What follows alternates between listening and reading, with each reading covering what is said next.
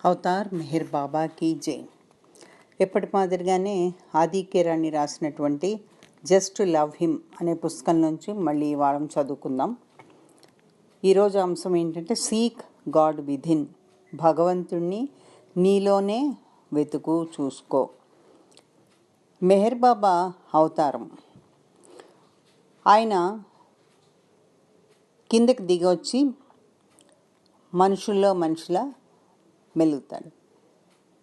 ఆయన ఒక beautiful distinction ఇచ్చారు. డిస్టింక్షన్ అంటే తేడా. అదెవరికి? అవతారికి, పర్ఫెక్ట్ మాస్టర్కి. ఇద్దరూ 7th ప్లేన్లోనే ఉంటారు. చైతన్యంలో 7th ప్లేన్ ఆఫ్ కాన్షియస్నెస్. తేడా ఏమిటంటే అవతార్ మాయతో డీల్ చేస్తాడు. తనని తను మాయలో తెలుసుకుంటాడు, అందరితో మెలుగుతాడు. పర్ఫెక్ట్ మాస్టర్ ఏమో యాక్ట్ చేస్తారు. యాక్ట్స్ అంటే కావాలని యాక్షన్, ఆ యాక్షన్ కాదండి. యాక్ట్స్ అంటే అది అయిపోతాడు.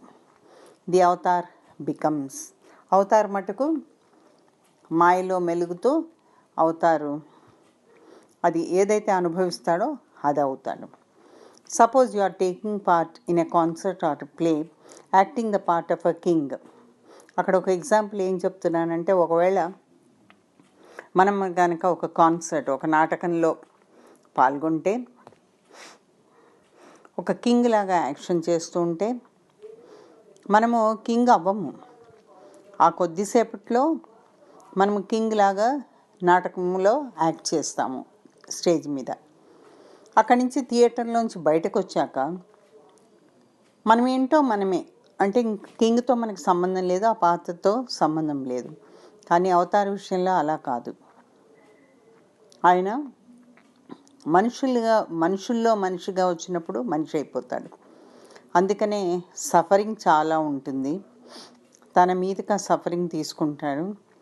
ఎందుకంటే ప్రతి ఒక్క మానవుని కూడా మాయలోంచి బయటకు లాగడానికి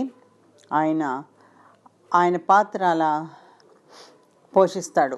రియల్గా, నిజంగా. He takes upon himself the burden of every man's release from maya. నేను చెప్పదలుచుకుంది మీకు ఏంటంటే, ఉన్నప్పటికీ చైతన్యంతో 7వ ప్లేన్లో ఉన్నప్పటికీ భగవంతుడు మెహర్ బాబా ఆయన మన హృదయాల్లో కూడా ఉన్నారు. ఆయన నిజంగా మన హృదయాల్లో ఉన్నారు. ఓన్లీ 7th ప్లేన్లో మాత్రం కాదు. అంటే 7th ప్లేన్లో ఉంటూనే మన హృదయాల్లో కూడా ఉన్నారు. ఇక్కడ ఉండకుండా ఉండినట్లయితే, అక్కడే 7th ప్లేన్లోనే ఉండినట్లయితే ఆయన పర్ఫెక్ట్ కాదు. ఆయన కాదు. He is everywhere. ఆయన అన్ని చోట్ల ఉన్నారు, కానీ మనము చూడలేము. So Baba says, it is only in your heart that he can throw his reflection into you. ఆయన ఉనికి, ఆయన ఛాయ మన హృదయాల్లో మాత్రమే తెలుస్తుంది. You can see him there, you can feel him there. మనం మన హృదయంలో బాబాని చూడగలుగుతాము, మనము ఆయన ఉన్నట్టుగా అనుభవించగలుగుతాము, ఆయన్ని ప్రేమించగలుగుతాము మన హృదయంతో. He is there all the time. He is nowhere else to be found. ఆయన అన్ని వేళలా మన హృదయంలోనే ఉన్నారు. ఆయన్ని ఇంకొక దగ్గర చూసే అవకాశము లేదు. He is nowhere else to be found. Baba says it is an irony of fate that he exist in your heart all the time. అది ఆయన ఫేట్ అంటే ఆయన ప్రారంధం అనండి, ఏదన్నానండి. ఫేట్ అంటే అది. ఆయన మన హృదయాల్లో అన్ని సమయంలో, అన్ని వేళల్లో ఉన్నారు, 24 hours a day. But you are not present there. కానీ మనం అక్కడ లేము. You are running after your desires, fulfilling your desires, going after money, the opposite sex, position, name, beauty and so forth. మనం వీటన్నిటి వెనక పరిగెడతామంట. మనం అక్కడ లేము. హృదయంలో తప్ప అన్ని చోట్ల ఉన్నాము. ఆయన మన హృదయంలో 24 గంటలు ఉన్నారు. మనము మన డిజైర్స్, కోరికల వెనక, తర్వాత మన కోరికల్ని తీర్చుకోవడానికి, డబ్బులు పోగు చేసుకోవడానికి, ఆపోజిట్ సెక్స్తో